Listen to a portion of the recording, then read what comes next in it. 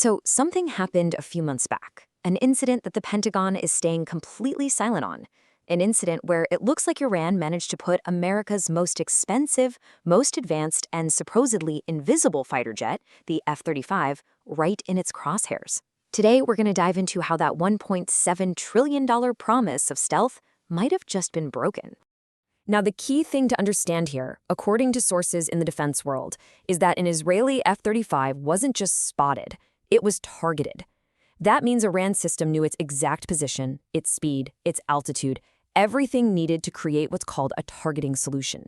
That's enough data to launch a missile and take it out of the sky. The plane wasn't shot down, but the core promise of the F-35, that it can't be touched, well, that was just challenged in a huge way. And look, the stakes here are just staggering. That number you're seeing, that's $1.7 trillion. That's the total cost of the F-35 program for the United States and its allies. It is the single largest, most expensive weapons program in all of human history.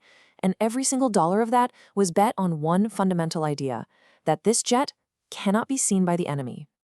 Okay, so how on earth did this happen? Well, to get it, we've got to first bust a really common myth. We need to talk about what stealth actually means, because it is definitely not, I repeat, not an invisibility cloak. Think of stealth as a game of cosmic dodgeball with radar waves. The F-35's weird angular shape is designed to deflect those incoming radar waves away from the enemy's receiver. And its skin is coated in special materials that literally soak up radar energy.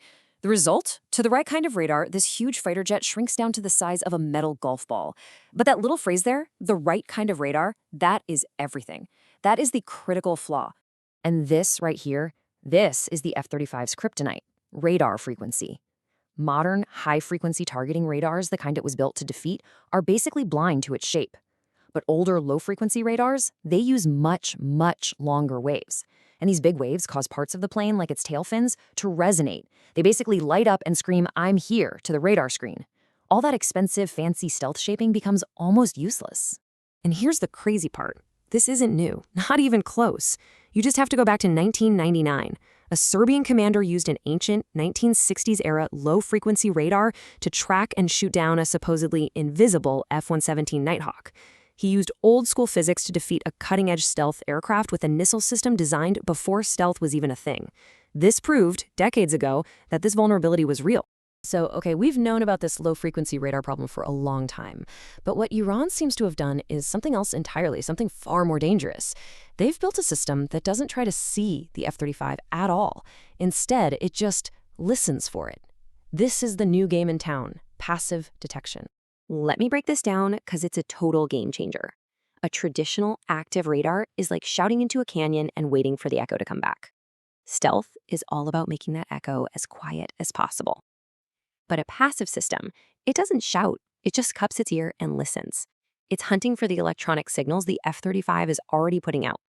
And there's no way to be stealthy against a system that isn't even using radar to find you. So how does this listening work? It's a really clever principle called time difference of arrival. Iran has multiple sensor stations spread out all over the country, and they're all just listening for the same electronic pulse from a plane. By calculating the microscopic nanosecond difference in time it takes for that signal to reach each station, the network can triangulate the aircraft's exact location, not just on a map, but in 3D space. And you might be wondering, how accurate is this thing really? Well, Iran is claiming an accuracy of between 50 and 100 meters. Now, to put that in perspective, that is easily within the lethal blast radius of their long-range surface-to-air missiles. That's not just, hey, there's a plane somewhere over there. That's put the missile right here. That's a targeting solution.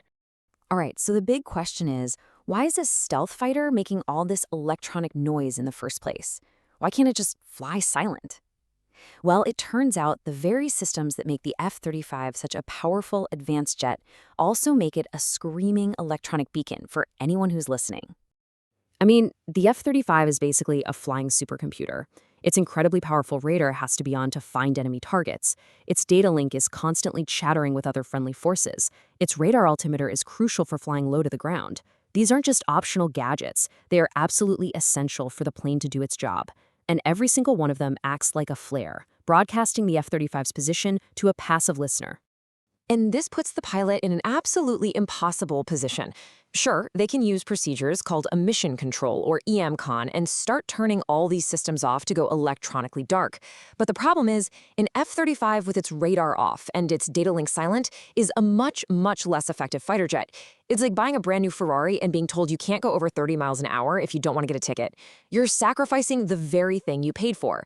But this next part is honestly what's so terrifying. A pilot's #1 defense is their radar warning receiver. It's the system that screams at them when an enemy radar paints their aircraft. But it's designed to detect incoming radar waves. It literally cannot detect a system that is only listening.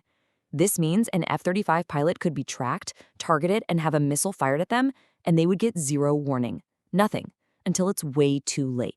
So, beyond the immediate danger to the pilot, this whole technological cat and mouse game has just mind-boggling economic consequences. What we're witnessing here is a perfect example of asymmetric warfare, where a relatively small, cheap investment can neutralize a massive, expensive one. Just take a look at these numbers. It's almost hard to believe. On one side, you have the F-35 program and all its allied investment, clocking it at $1.7 trillion. And on the other side, you have Iran's passive detection network, which is estimated to have cost around $500 million to develop and put in place. The difference is just, wow. Let me put that ratio in plain English for you. It's 3,400 to 1. That means for every single dollar Iran spent on a system to find the F-35, the U.S. and its allies spent $3,400 on the jet it's designed to hunt. That's not just a threat. From an economic perspective, that's an incredibly efficient threat. And you got to understand, this isn't just a U.S. problem, not by a long shot. More than 10 allied nations fly the F-35. It's the backbone of their air forces. The element of surprise, which is the whole point of stealth, is now seriously at risk in any area that has these passive sensors. This fundamentally challenges the entire air power strategy of the Western world. So, where does this leave us? This one unconfirmed incident, it forces some really, really hard questions. Questions that you can bet are being furiously debated right now behind the closed doors of defense ministries all over the globe. First, if our best, most expensive stealth fighter can be tracked like this, are we watching the end of an era? Is the whole idea of putting a human pilot in a billion-dollar jet and sending them into enemy airspace becoming obsolete? Second, is this even a problem that more money and more technology can fix? Or has the simple, brutal physics of listening versus shouting already settled the argument? Is any aircraft that has to emit electronic signals to function now just fundamentally vulnerable? And that brings us to the final, multi-hundred-billion-dollar question. There's still over $500 billion planned for future stealth jets. Should that money be spent somewhere else entirely? Is it time to accept that the age of stealth might be coming to a close? The answer to that question is going to define air combat for the next 50 years.